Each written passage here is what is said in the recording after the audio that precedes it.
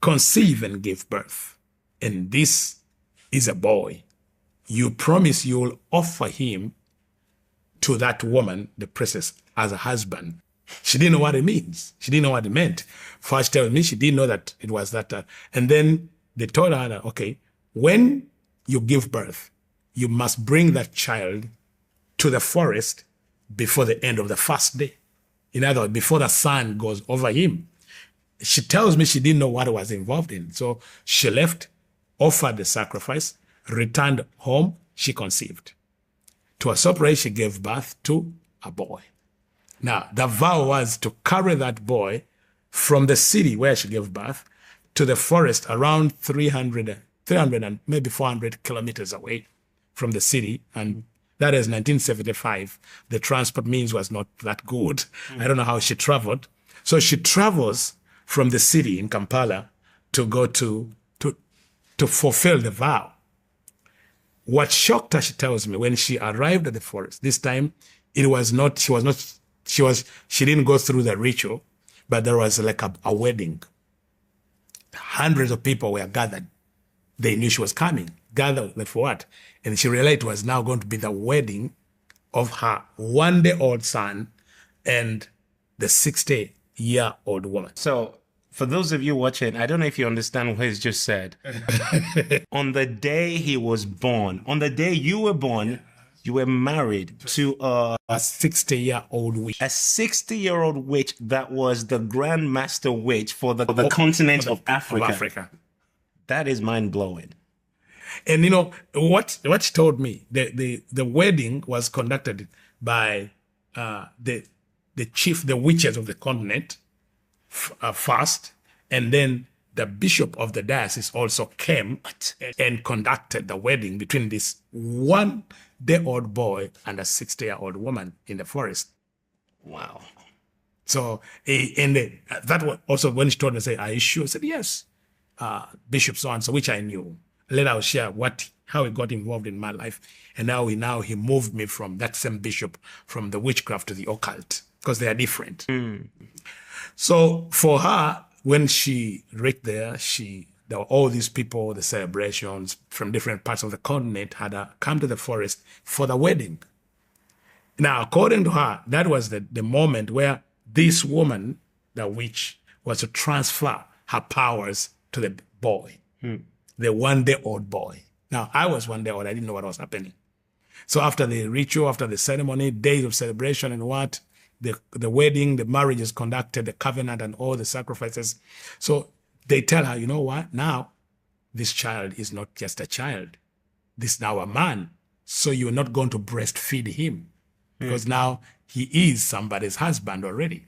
Wow. And she told me that in her mind, she said, well, okay, I'll go home. These people will not be there. I have to breastfeed my child. You know, I've suffered a lot. I've paid the price. I have done all this. Like he was treasuring this child. So she returns home. When she went home, my father said, where have you been? He said, okay, I had all this and this. Wait, so did your father not know what she was doing? He didn't know. He did not know? He didn't know. Because when she left hospital, she just went to the... So my father, where's my wife? She's looking at her. So when she appears, where have you been? So he had no idea that she was this deep in her passion to find a boy or to get a son. He didn't. The only thing he knew, my mother could disappear for days and he didn't know where he has gone. So when she returned home, she says, I was a baby. She put me in the baby cot in the bed, then go dress up, clean up, and then come and breastfeed the child. And when she returned, she found a python coiled around the baby. Yeah, python. Yeah. And she says she could not come near because of the python. So she ran out. The people of the village came around. My father came around. They could see the snake, and no one could come in. Could they not kill the snake? I don't know why. So she says for 30 days, for 3 months, she could not come near me.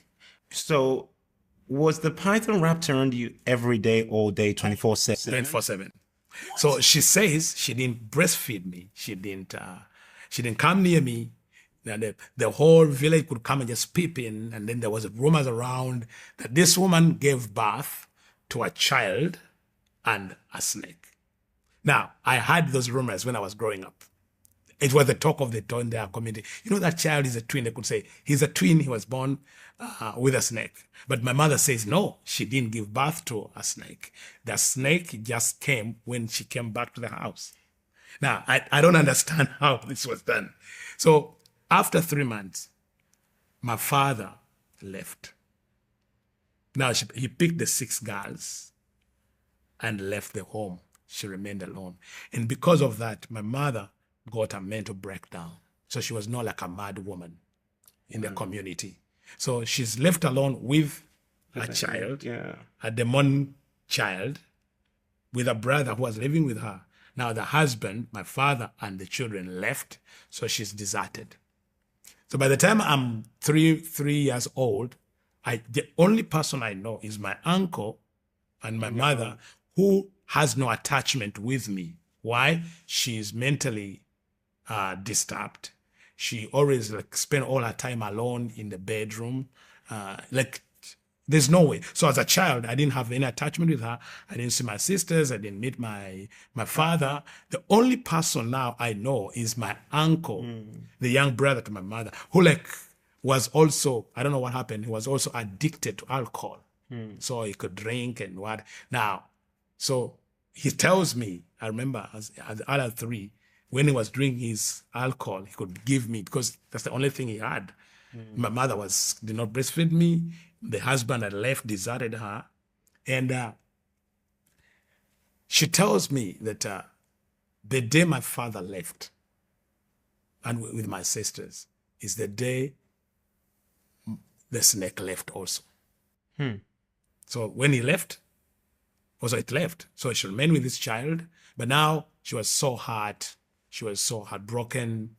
And then she got into a mental breakdown because of the husband leaving her. She's alone. And so as a child, I'm in that house with only my uncle. Like all the community, the relatives, the people in the community, no one comes to our home, because the talk of the community, the talk of the village is, in that house, it's a snake. There's a snake. Yeah. And there is a boy who was born. So you had no connection with anyone else apart from your mother, who was mentally unstable, and your uncle who was, a drunkard, who was struggling with alcohol addiction.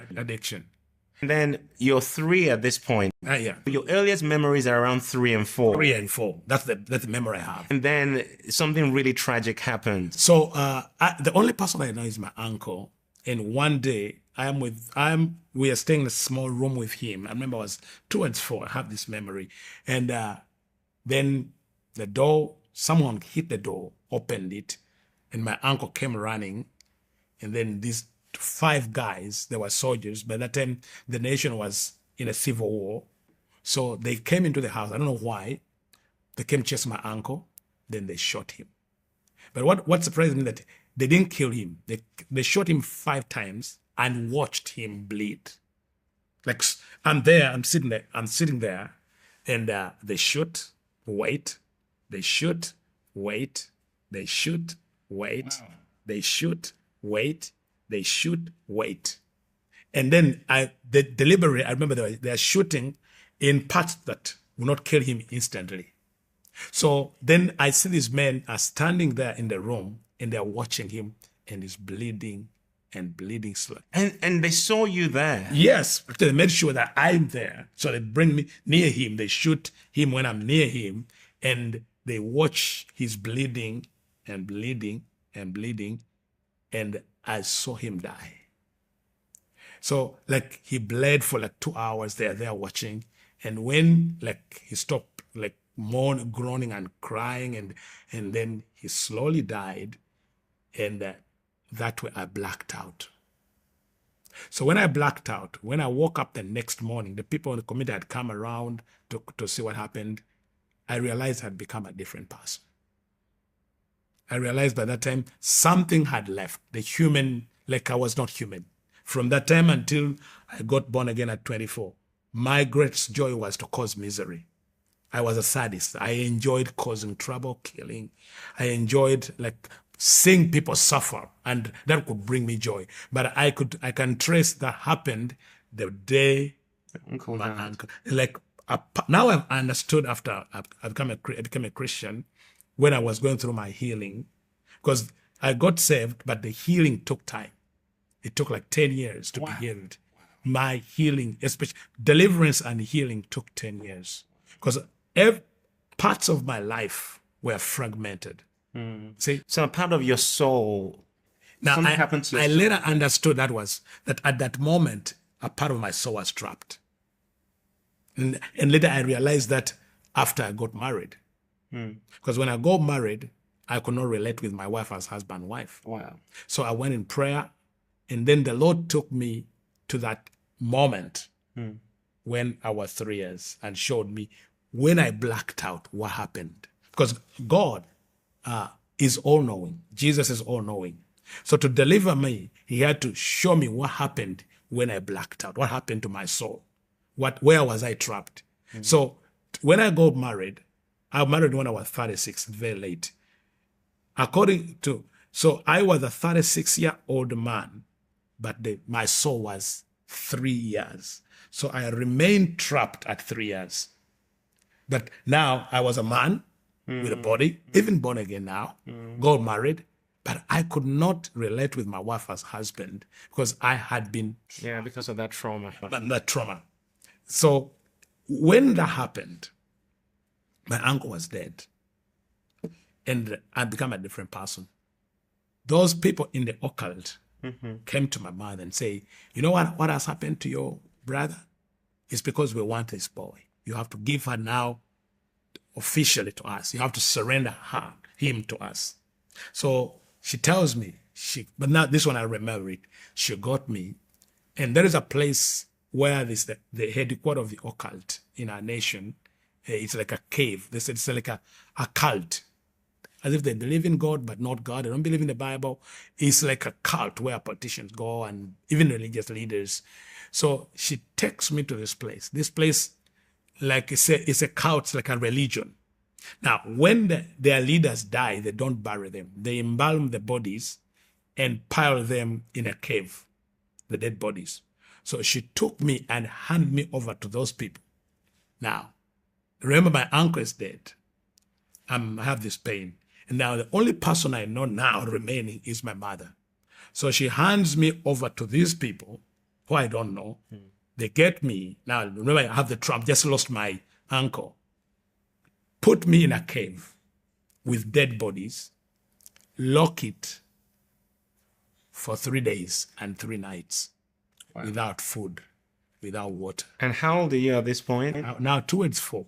It's just a few weeks from the death of my uncle. Wow. So now I remember the pain and the betrayal I felt as a child, that now my only mother, the one who I thought could protect me, has handed me over to these people who have now locked me in a cave with dead bodies, pitch dark, day for 3 days, hungry without food.